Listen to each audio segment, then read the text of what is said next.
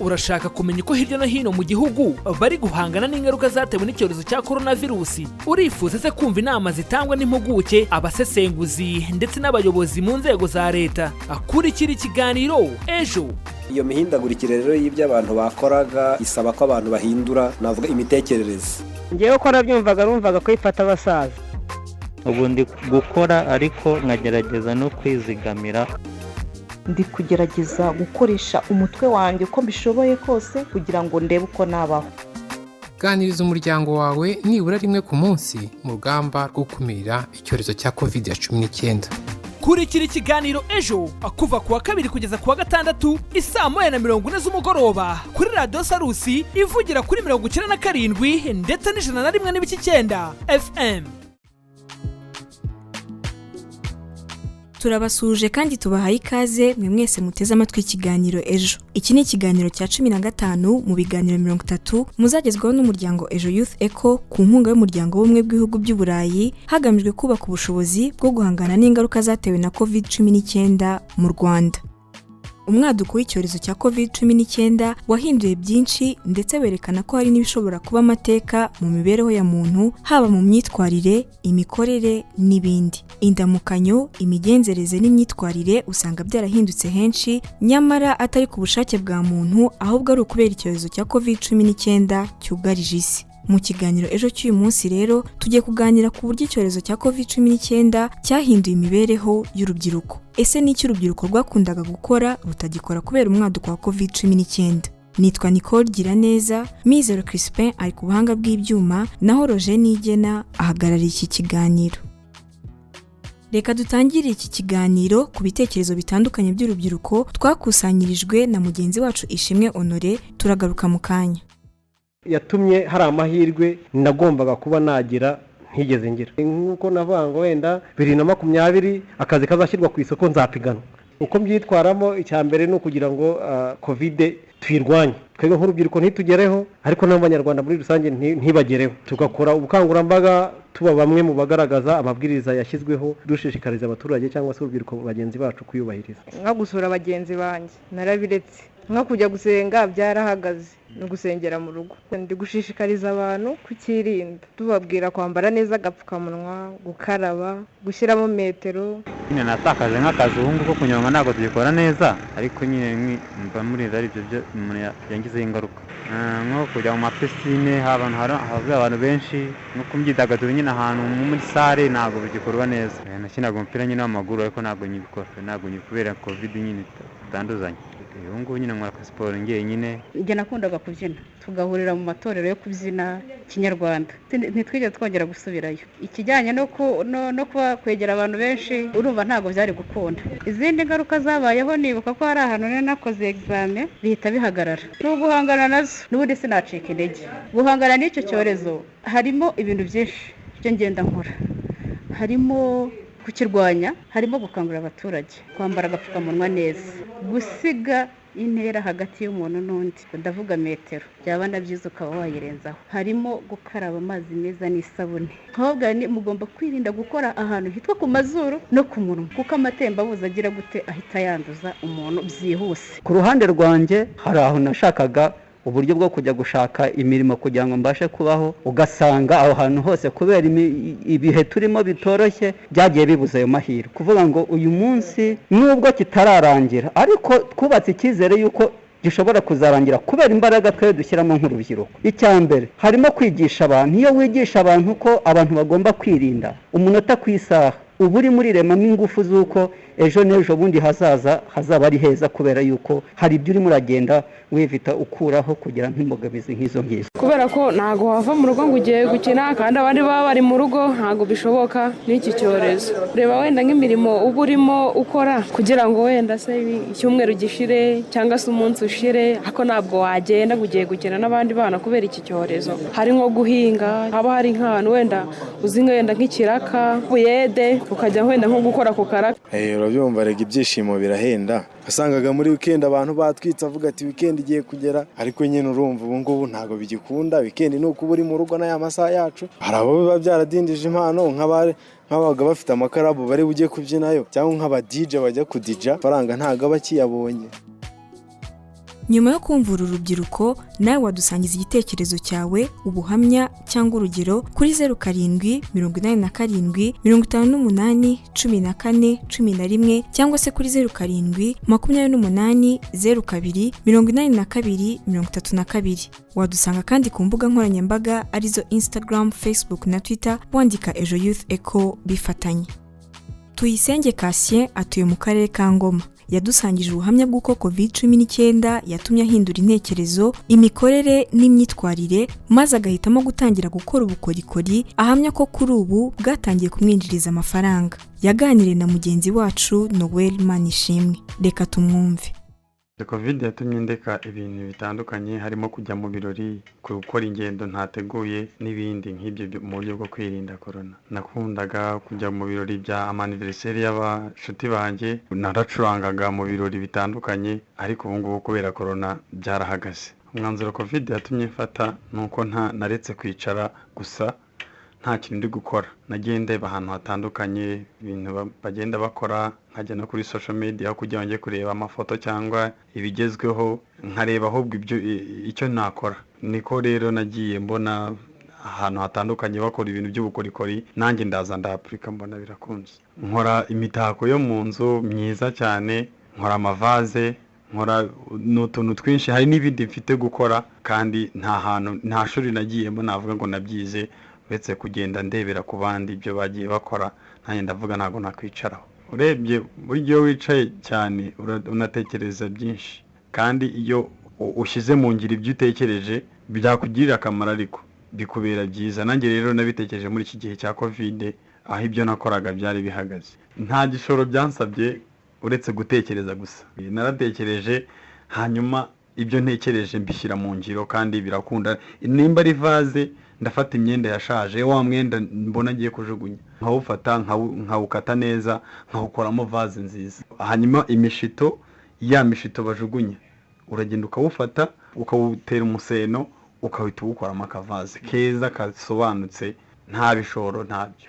Muri ibi bintu rero uko mbikora, mfata ibintu bishaje nkabihinduramo ibishyashya. Ngo imiheha iyi banywesha fanta, banywesha ji, ndayifata ngiye nkayikoramo umutako mwiza.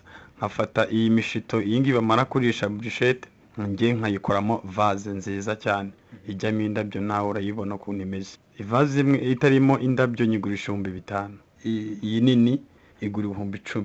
Ubwo igiyemo indabyo biterwa n'indabyo ushaka, izo ushatse ko ngushyiramo nibwo mbona kuguca amafaranga. Ku buryo utu tuntu nkora, hari n'utundi twinshi nzakora, nkaba nabona abatungurira. Ni inama ki wagira abandi Cassien? Inama nagira abandi nk'urubyiruko muri rusange, nubwo banansanga naberekera nabo bakagira umwuga bamenya wundi, kandi wababyarira amafaranga. Ibi nkora ndabibonamo amafaranga menshi mu gihe kizaza. Nibicara ubusa, kuko nibicara ubusa baratekereza kujya mu bindi bintu bitandukanye, hari ukujya gukora ingeso mbi, hari ibiyobyabwenge, batekereza mbese ibintu bidashobora kugira icyo bibagezaho. Babireka pe, ahubwo bakaza bakareba icyo kibahuza, bagakora imirimo nk'iyi ngiyi nanjye ndi gukora, kandi byababyarira inyungu. Arakoze Tuyisenge Cassien kudusangiza ubuhamya bwe. Ese wowe uduteze amatwi, ni izihe ngamba COVID-19 yatumye ufata? Twandikire kuri 0787581411 cyangwa se kuri 0728028232. Wanadusanga kandi ku mbuga nkoranyambaga arizo Instagram, Facebook na Twitter wandika Ejo Youth Echo bifatanye. Abahanga mu bumenyi bw'imitekerereze n'imyitwarire ya muntu bemeza ko icyorezo cya COVID-19 kizasiga gihinduye byinshi ku mibereho ya muntu, haba mu myitwarire, mu mitekerereze ndetse n'ibindi, ku buryo ngo bisaba ko abantu bitabwaho cyane muri ibihe by'icyorezo na nyuma yabyo, by'umwihariko urubyiruko. Ibindi reka tubyumve mu kiganiro Ishimwe Honore yagiranye na Bazina Alphonse, umuhanga mu mitekerereze n'imyitwarire ya muntu. Tuvuze nka mbere ya COVID, uburyo urubyiruko rwahoraga rugahoberana rukagera gute, ibyo ngibyo ni imyitwarire ifite uko yarangaga urubyiruko. Mu gihe cya COVID bagiye babuza guhoberana kugira ngo habe uburyo bwo kwirinda. Na nyuma y'igihe cya COVID, ku buryo buri mu rubyiruko ruzaba ruri mu rwabyo, wamucaho agahita wenda uhita gupopera ahita akomeza agenda. Ikindi nanone bigaragara ko nta guta igihe mu nzira bizaba bihari. Birumvikana COVID twayegeranya wenda n'intambara, nyuma y'intambara hari ibibi biba byarasigaye, hari n'ibyiza ibihari. Icyo twavuga nk'ikiza nuko urubyiruko ruzaba rufite imyitwarire yo gukaraba intoki, kandi gukaraba intoki muzi ko ari umuco mwiza utuma twirinda indwara zitandukanye. Ikindi nanone mu byiza nuko hazaba hariho noneho mbere na mbere gukora ku gihe. Wenda tuvuze nk'ibyiza, ubu ibintu byo gukoresha amafaranga monnaie electronique cashless ni byiza, bizaba developed, bizazamuka, bizikomeza bitera imbere, urubyiruko rubimenyere, n'umwishyuza ahita yumva ko agomba guhita kohereza amafaranga kuri telefone. Alphonse, nyuma yo kudusangiza ibyiza, reka tujye no ku bibi. Tusubiye ku bibi rero, ibibi byo ni byinshi cyane, ntabwo twareka kubivuga. Tubona ko hazahari urubyiruko rwaritereye icyizere. Harimo kumva ko nta kazi, kuko harimo abataye akazi, harimo abataye amashuri, kandi bigaragara ko abenshi bitewe n'imyaka iziri kubasiga harimo batazasubira kwiga. Aho ngabo rero mu gihe kizaza nibo bantu tuzadufite batazi gusoma, batazi kwandika, cyangwa se yanabikora yabona n'akazi runaka bavuga ati haba kwigaragaza nk'uwize bikanga. Ikindi nanone hazabaho kumva ko umuntu nimba nta cyizere yifitiye,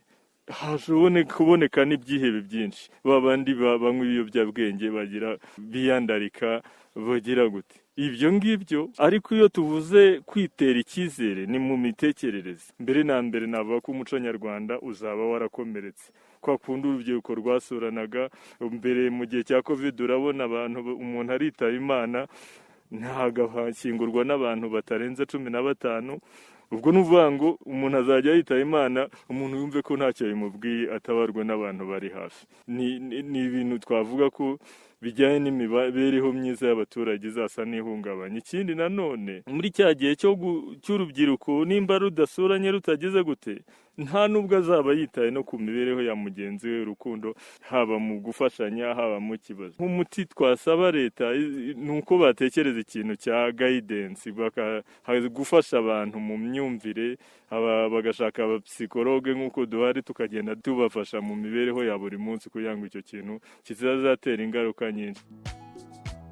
Turamushimiye Bazina Alphonse, umuhanga mu mitekerereze n'imyitwarire ya muntu. Nshuti bakunze b'ikiganiro Ejo, tugeze muri wa mwanya mukunda muri benshi wo kumva ikinamico Sigasira. Turagaruka mu kanya.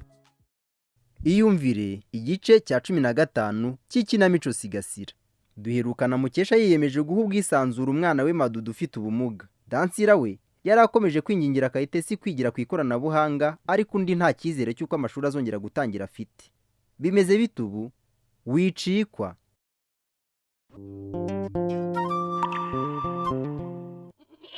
Ese iyo suka kwikuraho buri mirugiye guhinga hemeto? Ntaho nuko nabona gisa nabi mama. Ese ko warakaye Kayite? Ndakwiyamye nawe wimbaza ubusa. None se koko ejo wagiye gushaka akazi nkuko mama yabimbwiye? Ndeka sha. Aha mbere nari nizeye bambwiye ko nta kazi bafite. Aha kabiri bambwira ko bashaka barangije kaminuza. Asi umunsi w'ejo warambihiye gusa. Yewe nicyo cyakuncoborera. None se wowe aho ubera injiji, urumva ari we bari gutanga akazi mu gihe n'abakozi basanzwe bafite abenshi bari gukorera mu. N'abandi barabirukanye. Yewe amambere wanyiriyeho ngo ntago wakora muri koperative, ngo urashaka gukora mu biro aho uzakoresha computer. Ndamaze. N'ibyo bya koperative gage simbishaka. Ni yicare hano yige. Abandi bana babuze uko biga kubera ko nta matelefoni cyangwa radio cyangwa televiziyo bafite. None yo ngo shata hasoni. Ariko sinzi ikibavuna mwese. Ako kazi hari uwambwiye ngo akanshakire. Nzirwariza kandi nzakabona. Ukabona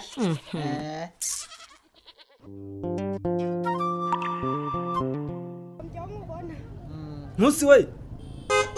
Ntusi. Wakwinjiye mu modoka nkagukiza iki kizuba sha. Nabyanga sugira ngo ruzinda. Ariko se sha ndakumva. Kuki wigendera mu muhanda w'abantu? Reka. Gera ho ngasoramo amazuru ngahumeka. Oya sha no gukaza ingamba gusa. Arega kanatera icyokere kubi. Ahubwo se simbona nawe wakambitse ubwanwa. Ese nge komba ni ngenyine mu modoka naba niheze umwuka kubindi. Tubaye babiri rero. Reka we nta kwa ufite ndakwizeye. Hanyuma se Ntusi ndakumva. ndashaka ko dusubukura umushinga wacu. Rero impamvu nakubwiraga ngo ubanze ubyemeranyeho na Mukesha nuko nari mfite igitekerezo cy'uko twajya tugemura umusaruro dukuye mu mirimo no mu matungo tukabijyana muri koperative ayoboye. Erega shawe itakivuga rumwe n'umugore n'iterambere ryo mu rugo ntimuba muri huza. Ese ugira ngo buriya mu buriro hari ikigenda? Reka ta. Dore mbere nari nifite aho nshinga inkingi. Ariko kuko nacyambuka imipaka sinyibona ukongera. Kandi mbashira wamwe. Wayabyo birumvikana. Nibaza niba nzamuza nino. Ese niba nzashaka kandi kanyobwa inaha cya Rutare nkakitaho kakamfata uko Mukesha yakamfasha. Byanyubiye.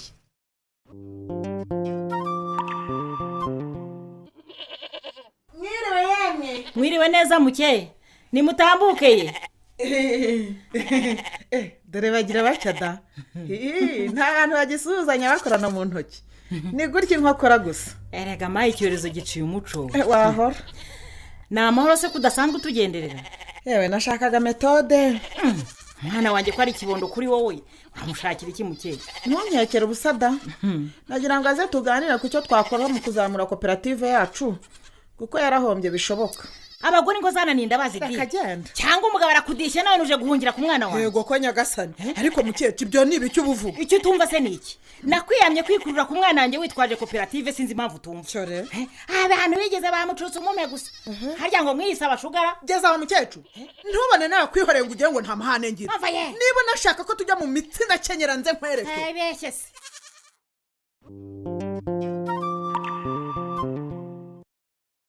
Ngahore iyi nkundura ya Dansira na Mukesha se biragarukira hebahu. Ruzindana na Nkusi bo ngo barizeranye si ngombwa kwambara agapfukamunwa. Aha naho ubutaha. Ngayo nguko agace k'ikinamico sigasira k'uyu munsi ni nako katugejeje muri wa mwanya twahariye kumva ibitekerezo byanyu. Tugiye kubigezwaho na Christelle Wikeza. Christelle, umwanya n'uwawe. Nikura koze reka ubutumwa bwa none mbuhere ku bwa Shyaka Steven uherereye mu karere ka Gatsibo wagize ati urubyiruko mu guhangana n'ingaruka muri ibi bihe bakihangira imirimo kandi bakiga no kunyurwa kuko byabarinda kwishora mu ngeso mbi muri ibi bihe. Hakizimana Ezekiel we yagize ati urubyiruko natwe twahuye n'ingaruka nyinshi zirimo kudindira mu iterambere guhangayika n'ibindi. Ariko mu rwego rwo guhangana n'izo ngaruka tugomba kwishakamo ibisubizo kuko guhangayika ntibikuraho inshingano urubyiruko dufite zo guharanira iterambere. Nirora Emmanuel wati urubyiruko dukwiye kwishakamo ibisubizo byo guhangana n'ingaruka za COVID-19 tukishyira hamwe ubundi tugakora imirimo iduteza imbere. Ikindi kandi ni ngombwa ko turushaho kugira ikinyabupfura n'indangagaciro zo kwirinda gukora ikibi twitwaje ingaruka zatugezeho muri ibi bihe bya COVID-19. Naho Ndizeye David uherereye Kacyiru yagize ati urubyiruko narwo rwahuye n'ibizazane byinshi, abari bafite akazi bamwe karahagaze, abandi bari bagiye gusoza kwiga biranga. Rero nk'urubyiruko nibarushaho kwishakamo ibisubizo kuko akimuhana kazi imvura ihise. Dusoza Tuyizere Seti uherereye ku Kamonyi we yagize ati nk'urubyiruko dukwiriye kwitabira umurimo uko waba umeze kose kugira ngo tutishora mu ngeso mbi. Ubutumwa bwa none bwari ubwo. Nicole wasubirana ijambo. Urakoze Christelle. Nawe uduteze amatwi wadusangiza igitekerezo cyawe kuri 0787581411 cyangwa se kuri 0728028232. Wanadusanga kandi ku mbuga nkoranyambaga arizo Instagram, Facebook na Twitter wandika Ejo Youth Echo bifatanye. Ni naha dusoreje ikiganiro cy'uyu munsi. Mwakoze kubana natwe. Nshimiye kandi itsinda rigari ry'abanyamakuru bamfashije kubageza iki kiganiro cyari gihagarariwe na Nige na Roger Mizero Crispin ari ku buhanga bw'ibyuma. Nitwa Nicole Giraneza. Ikiganiro Ejo naho ubutaha. Urashaka kumenya uko hirya no hino mu gihugu bari guhangana n'ingaruka zatewe n'icyorezo cya coronavirus? Urifuza se kumva inama zitangwa n'impuguke, abasesenguzi ndetse n'abayobozi mu nzego za leta? Akurikira ikiganiro Ejo. Iyo mihindagurikire rero y'ibyo abantu bakoraga isaba ko abantu bahindura navuga imitekerereze. Ngewe ko nabyumvaga numvaga ko ifata abasaza. Ubundi gukora ariko nkagerageza no kwizigamira. Ndi kugerageza gukoresha umutwe wanjye uko mbishoboye kose kugira ngo ndebe uko nabaho. Ganiriza umuryango wawe nibura rimwe ku munsi mu rugamba rwo gukumira icyorezo cya COVID-19. kurikira ikiganiro ejo kuva kuwa 2 kugeza kuwa 6 isaa 1:40 z'umugoroba kuri radiyo Sarusi ivugira kuri 97 ndetse n'101.9 FM.